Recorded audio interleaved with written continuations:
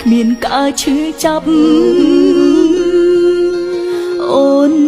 ក៏មានបេះដូងនៅរស់មិនមែនមនុស្សស្លាប់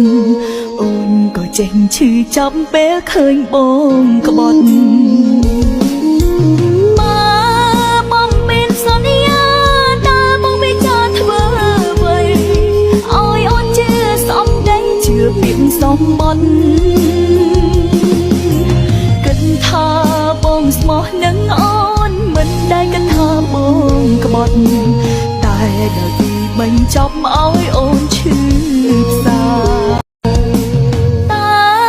ទុកអូនជាថ្មឬគ្រាន់កំដរបើដឹងថាបងចរិតឆ្កែអូនក៏ឥឡូវឈឺចាប់បងប្រាប់ថាអារម្មណ៍បងត្រេកកាំអ្នកថៃចិនដើរលំលំរៀមរកផ្ញើស្នាមញញឹមក្ដីសុំហំលើរអូនយំសុំឲ្យបងសោកអូនយំសុំឲ្យបងសងបេះដូងស្មោះស្រីមកវិញតែអត់ជើងបានហើយអ្វីយើងត្រូវខ្វល់ហើយណាពីសន្យាមានប្រពន្ធហើយចាំមកអីក្រែប្តីខ្ញុំមានសង្សារឆាប់បានហើមរកគ្នា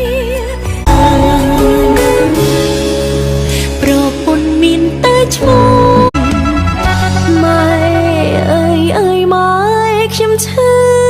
រៀនទទួលស្គាល់ការពិតថាជីវិតនេះពេលខ្លះខានជួបគ្នាយូរនឹកអ្វី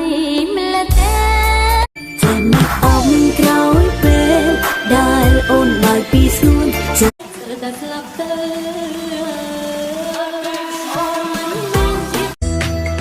នឹងធ្វើអ្វីគ្រប់យ៉ាងត្រូវបានបញ្ចប់ឆ្នាំនាងថាទៅលេងវត្តណាឆ្នាំនាងថា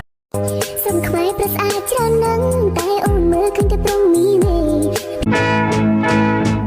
សូរីយ៉ាមកលេខ្លាមកលេស្រុងខ្មែរប្រស្អាតច្រើនណាស់តែអូនមើលឃើញតែព្រមមីមេចង់ឃើញចិត្តបង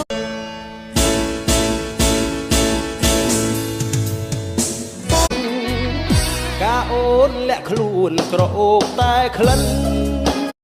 ដូចជាត្រូវស្នេហ៍លោចិនមិនរួចឡើយដូចជាត្រូវចិនចង់ស្និទ្ធនឹងត្រានត្រា